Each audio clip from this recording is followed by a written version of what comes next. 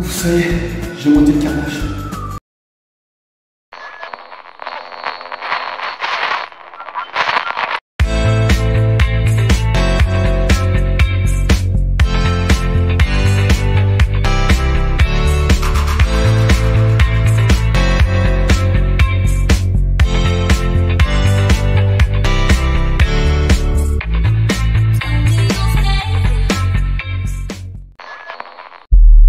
Donc tu vois, c'est du carrelage imitation parquet.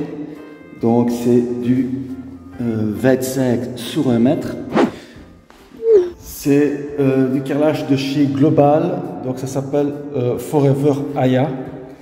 Et franchement, dès que j'ai vu ce carrelage là, je suis tout de suite tombé amoureux. Franchement, il est top. Trop beau. Donc là maintenant, je vais partir d'équerre de cet endroit là, tu vois, et venir finir jusqu'au bout de la pièce. Alors, comme tu as pu le remarquer, tout est hors équerre. Hein. Donc, je ne vais pas commencer à calpiner et en sachant que tout est hors équerre. Alors, je préfère partir d'équerre d'ici et, comme je t'ai dit, finir jusqu'au bout de la pièce. Là, je mettrai une baguette. Tu vois, ici, je mettrai une baguette. Parce que ce que je voulais faire, moi, c'est partir de l'axe de l'escalier ici, tu vois, mais je trouvais pas ça top. Donc ce que je vais faire, je vais mettre une baguette.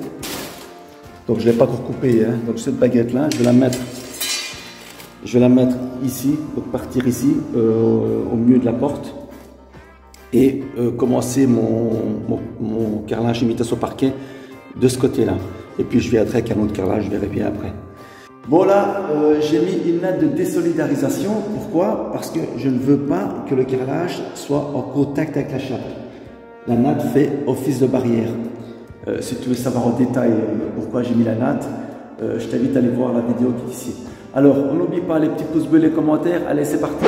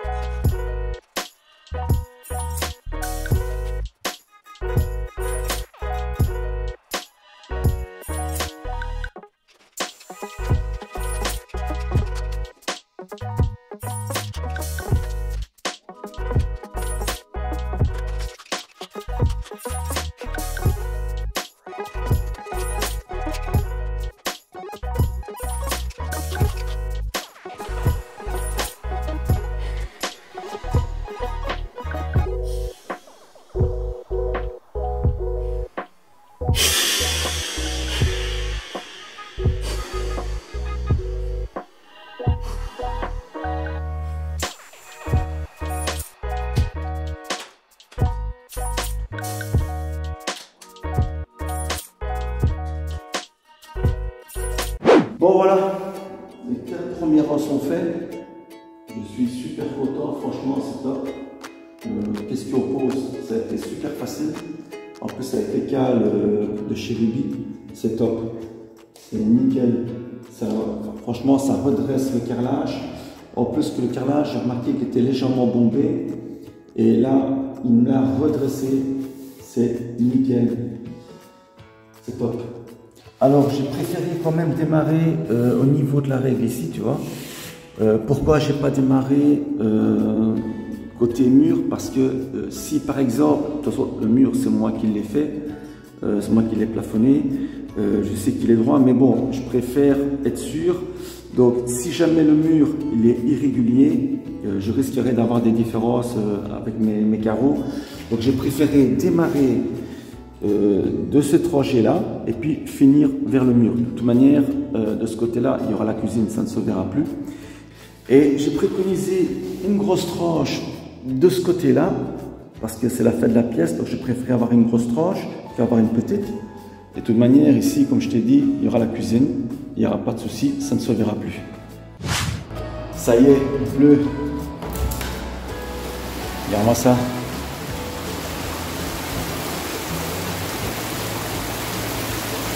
Ah ouais, il était temps, hein. Avec la sécheresse qu'on a eue. Ça va faire du bien. Bon voilà, je m'arrête pour aujourd'hui. Donc je me suis arrêté là. Ça m'a pris un peu de temps parce que j'avais quand même assez bien de découpe. Et j'ai fait attention à ne pas déborder avec le joint. Donc pourquoi j'ai mis des croisillons de 3 mm? Parce que ici tu vois la cale est en 2 et j'ai préféré partir en 3. Parce que, il faut le savoir, le carrelage, même s'il est rectifié, il y a toujours des petites différences. Donc en 3 et en 2, ça ne se voit pas tellement. Donc si je dois tricher, en 3, j'ai qu'à enlever mon croisillon simplement et le repousser un peu pour revenir vers la cale. Tu vois? Donc c'est pour ça que je mets des 3. Donc si jamais tu démarres en 2, tu n'as pas beaucoup de marge de manœuvre par rapport à du 3. Tout simplement. Allez, à demain matin, et pour toi, c'est tout de suite. Bon là, on est le lendemain, maintenant je vais quand même enlever les cales. Pourquoi? Parce que si je n'enlève pas les cales et qu'à certains endroits la colle a dégueulé, je peux toujours la gratter vu que ça croit un peu frais. Donc avant de continuer mon carrelage, je vais d'abord enlever mes cales. Alors tu vois c'est vraiment facile. Ça s'enlève facilement. Voilà.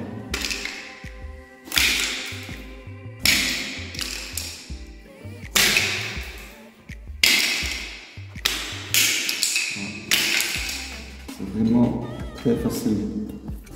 Donc, ne l'enlève pas comme ça de ce côté là parce que là tu risques de débrécher le carrelage, donc c'est mieux dans ce sens là, tu vois. C'est bon, c'est vraiment super facile.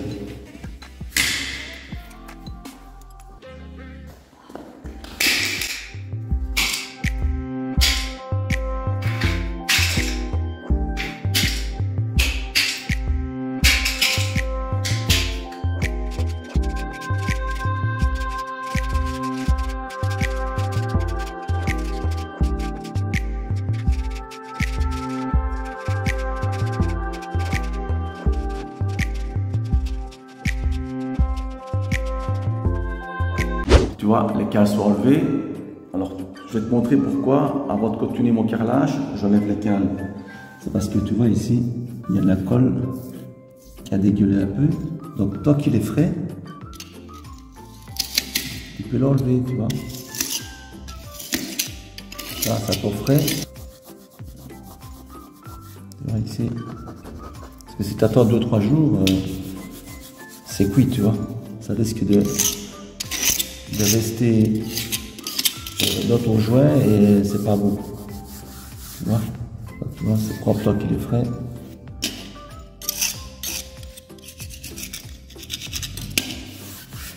Voilà pourquoi je lève les cales.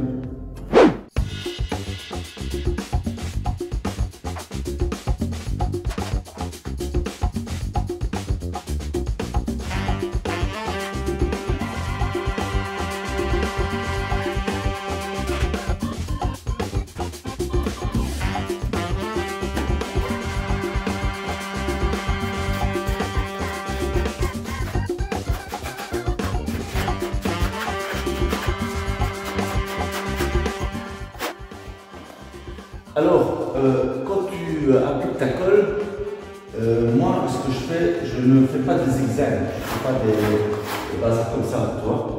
Donc, j'essaie de faire quand même un truc assez régulier, tu vois. Comme ça.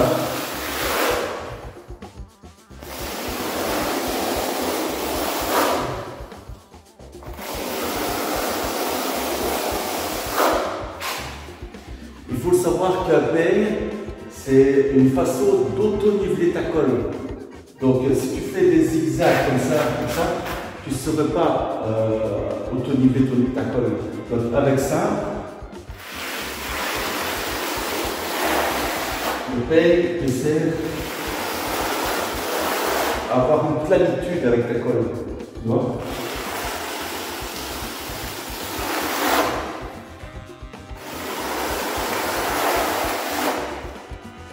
Alors j'ai déjà vu des gens qui mettaient le niveau sur le carrelage. Il ne faut jamais faire ça. Il ne faut jamais mettre le niveau sur le carrelage. Pourquoi? Parce que le peigne automatiquement va auto-niveler ta colle. Donc ça ne sert à rien d'essayer de rattraper ta colle. Si la surface n'est pas droite ou qu'il y a des bosses, il vaut mieux vérifier ta planitude de ta chape. S'il y a des bosses, regratter, reponcer et peut-être coller les galets pour rattraper les erreurs. Mais avec la colle, il est interdit de mettre le niveau. Donc là, comme ça, tu vois, j'ai pris mon peigne et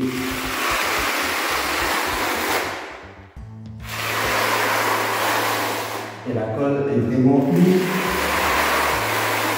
partout, tu vois. Elle est vraiment pareille partout. Ça sert à ça le peigne, c'est pour auto-niveler ta colle. Alors moi j'utilise la peigne de 12, tu vois. Pour les sols c'est parfait. Habituellement j'utilise le 10 pour les faïences, pour les salles de bain, mais le 12 pour le sol c'est parfait.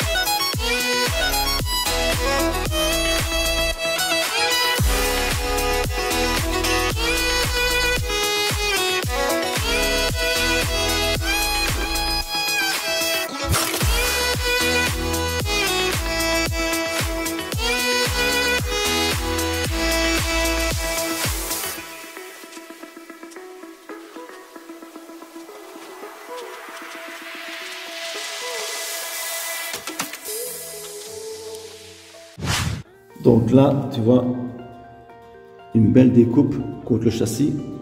Donc là, je vais faire un jouet de dilatation. Je vais mettre un jouet de silicone. Et là, pareil aussi. Ou alors, peut-être non, je ne vais pas mettre un jouet de silicone. Là, je mets directement la plainte. Et puis, j'aurai plus qu'à faire mes jouets de ce côté-là. Tu vois. Sinon, voilà.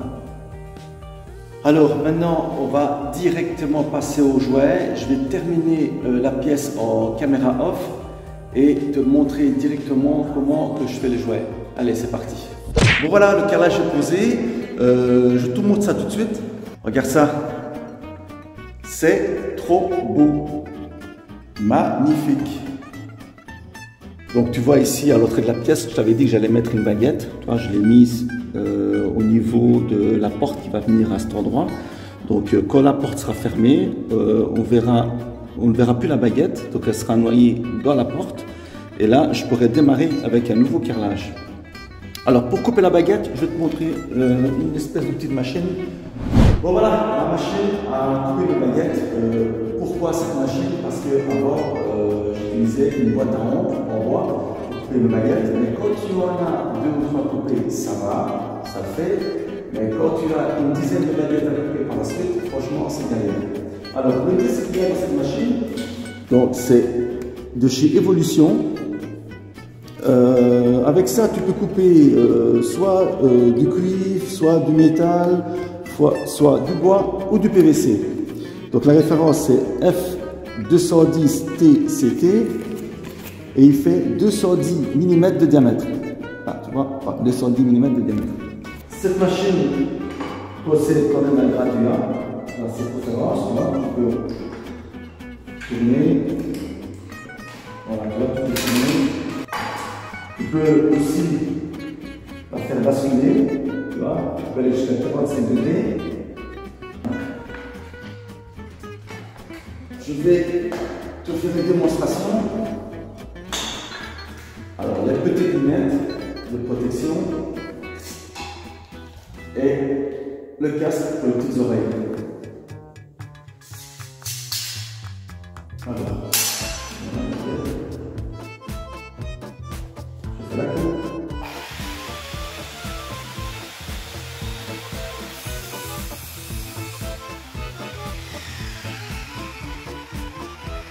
Alors, comme tu peux le voir, tu vois, une coupe parfaite, nickel. Je vais la faire basculer. Là, je vais.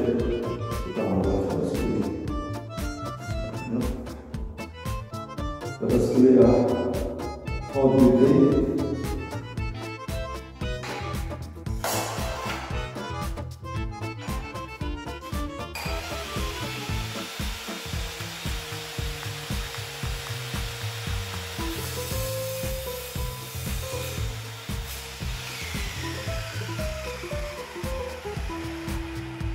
Voilà ça, nickel. Franchement, cette machine-là, c'est top. De toute manière, je me donne rien pour te la présenter, mais quand je vois une bonne machine, voilà, je la mets en avant, franchement. Voilà, ça, ouais.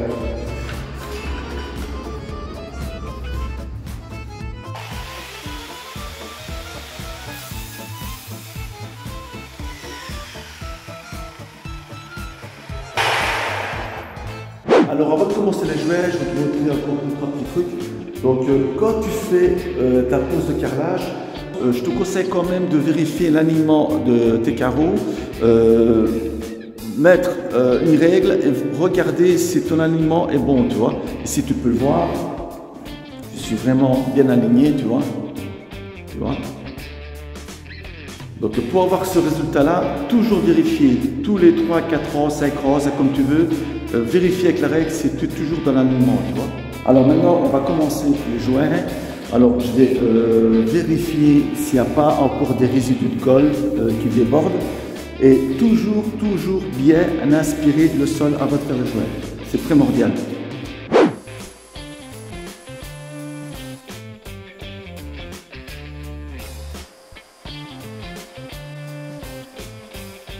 Pour la couleur des jouets, je ne savais pas trop quoi choisir. Au départ, j'étais parti sur du gris ou du noir, je ne savais pas trop. Et finalement, je me suis rabattu sur la couleur beige, tu vois, sur du Mapei Ultra Color Plus, numéro 132. Voilà, je trouvais que c'était plus beau en beige. Alors, une autre astuce, au moment du malaxage du produit, essaie quand même de respecter ton dosage d'eau parce que tu penses bien, je ne vais pas faire ça en une fois, donc je vais le faire en plusieurs fois. Donc c'est très important de respecter ça parce que sinon tu risquerais d'avoir des différences de couleurs dans tes jouets et si tu rates tes jouets, tu rates ta pose. Tu auras besoin d'un petit récipient avec un graduat pour l'eau, un petit platoir en mousse et un kit à jouets. Donc tu vois, avec une taloche en mousse et les petites roulettes. Et oui, c'est très important, vu qu'on va rester la majorité du temps à genoux, des genouillères.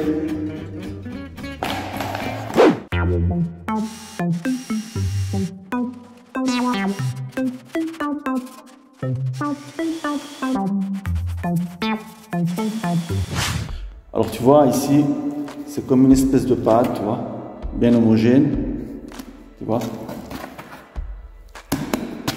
Alors, tu le laisses reposer 2-3 minutes et puis tu redonnes un coup de malaxage.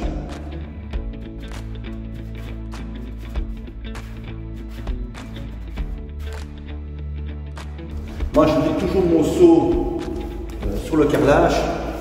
J'ai plus facile. Alors, toujours en diagonale. Jamais comme ça. Toi comme ça, jamais comme ça. Parce que tu creuses ton chouette. Donc moi, ce que je fais, toujours en diagonale.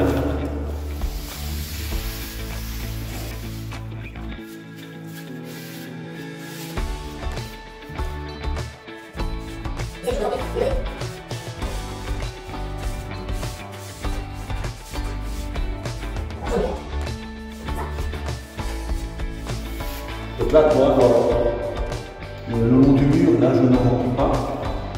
Parce que ça va faire un peu de compression. Tu vois. Donc là, vu qu'il y a la plainte, on ne s'en occupe pas.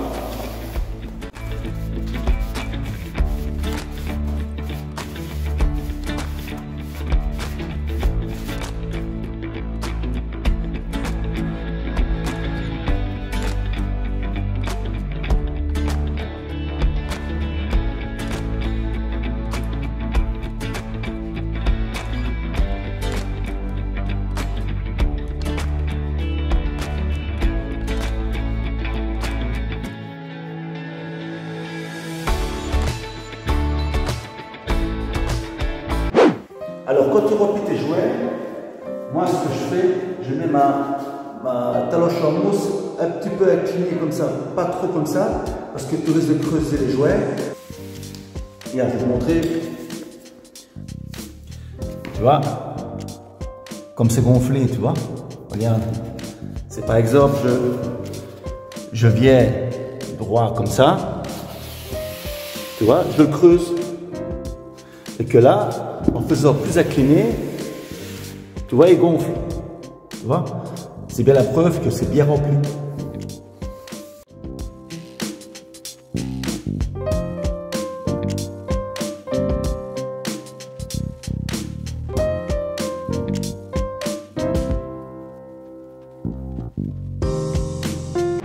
Voilà, tu vois, je me suis arrêté là.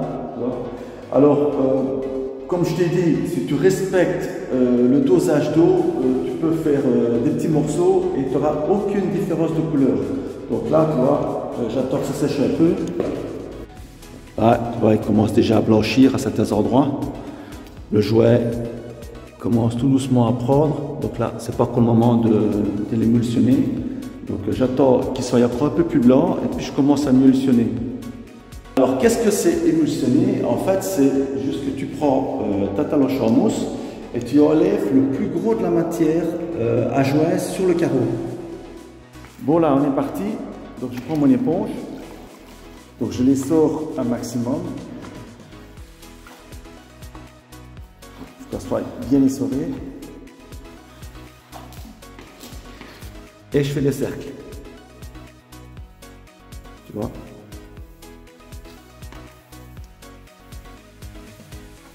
C'est ça, émulsionner.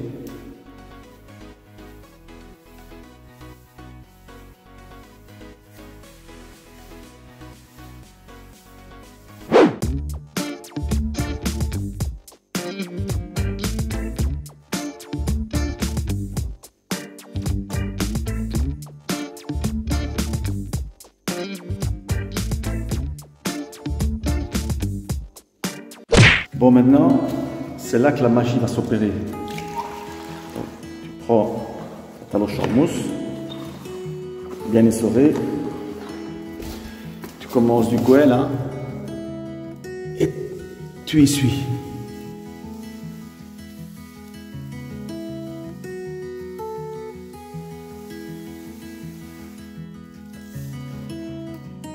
Donc, tu ne reviens pas en arrière parce que tu vois, ta taloche elle est sale. Parce que si tu repasses dessus, tu vas te ressalir. Donc, une fois que tu as relevé ta taloche, tu dois la rincer.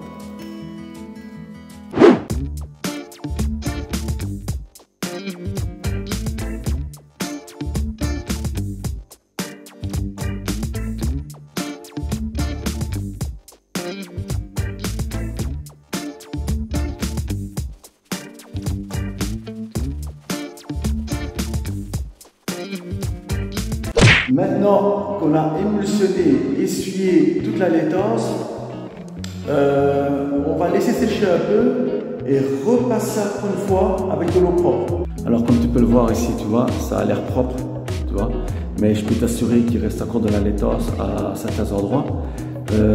Pour repasser une dernière fois, tu peux toujours utiliser le kit à jouets traditionnel, mais je te l'avoue, rester à genoux toute une journée, c'est un peu dur, alors je vais me rabattre sur la bête de course.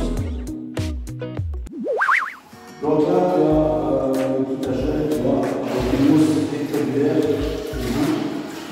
donc là, bien laissé.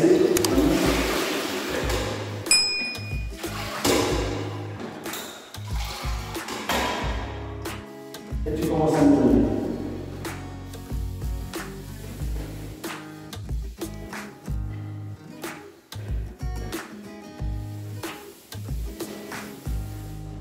Pourquoi je ne vais pas faire avec ça au début? Parce qu'avec ça, tu ne sais pas vraiment voir si ton jouet est propre et nickel. Donc avec ça, maintenant que j'ai les jouets sont terminés, ils ont aussi, là je vais aller bloquer en MS pour essuyer toute la laiteuse.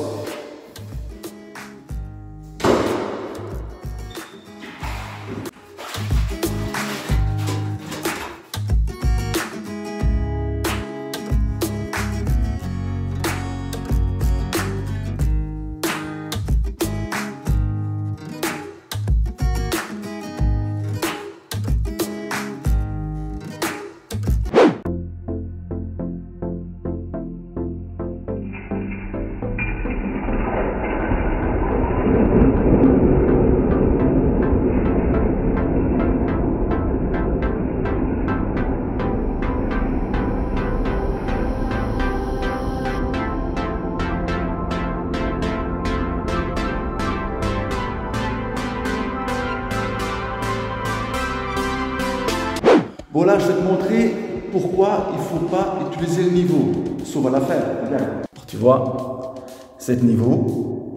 Donc là, j'ai terminé mon travail. Là, pour te montrer qu'il n'y a pas besoin d'utiliser le niveau pendant la pause. Je sais pas si on voit la caméra, je vais essayer de le mettre comme il faut. Tu vois, c'est super droit. Alors, tu peux mettre le niveau où tu veux. Hein. Je vais le mettre là. Tu vois, deux niveaux. Et dessous, tu vois. Là, je vais encore te montrer. Donc, je prends mon niveau, je vais le mettre n'importe où. Hop, je le mets là, par exemple. Tu vois, il est de niveau. Tu vois. Donc là, tu vois, c'est bien la preuve qu'il n'y a pas besoin de mettre le niveau pendant la pause. Alors, côté châssis, je vais mettre le silicone acrylique. Pourquoi acrylique? Parce que avec le silicone normal, je suis super nul, donc je n'arrive pas à le faire correctement. Je suis obligé de mettre des bottes de masquage et ça me saoule un peu. Donc là, je me suis rebattu sur le silicone. Donc c'est bien un silicone, hein, c'est pas de l'acrylique. Hein. Donc c'est un silicone de carreleur. C'est Parex Lanco qui fait ça, et c'est du silicone blanc. Donc là, je vais l'appliquer. Donc tu vois, je vais l'appliquer.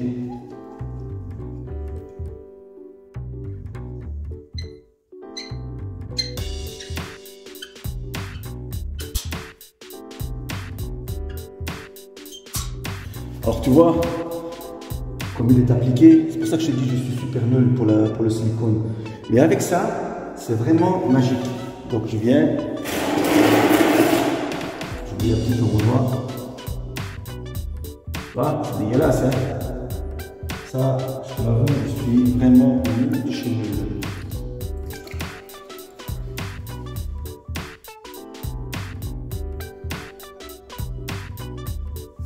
Tu vois, moi je suis toujours obligé de mettre une botte de masquage pour faire quelque chose d'une arête bien nette, bien vif. Donc tu prends de l'eau propre, tu essores bien ton éponge, vraiment il faut qu'elle soit bien essorée. Voilà. Et tu viens avec ton éponge, regarde ça, c'est nickel.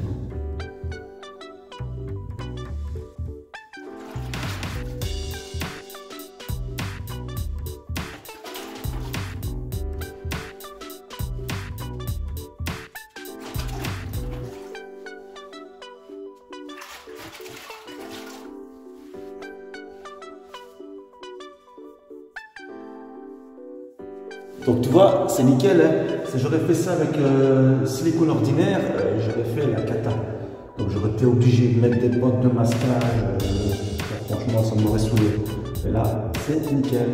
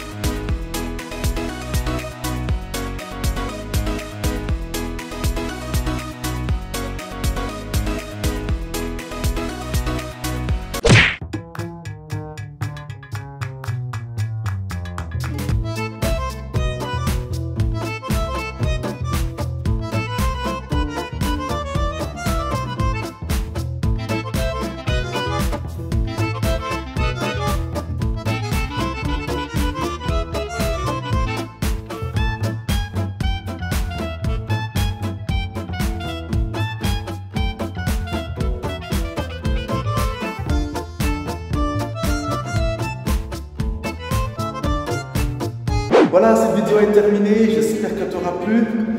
Regarde. Nickel, hein? Alors, tu peux aussi me rejoindre sur les réseaux sociaux, Instagram, Facebook. Peut-être mettre un petit pouce bleu pour la vidéo, mettre un commentaire si tu as d'autres astuces. Et peut-être t'abonner. À la prochaine vidéo, bye bye.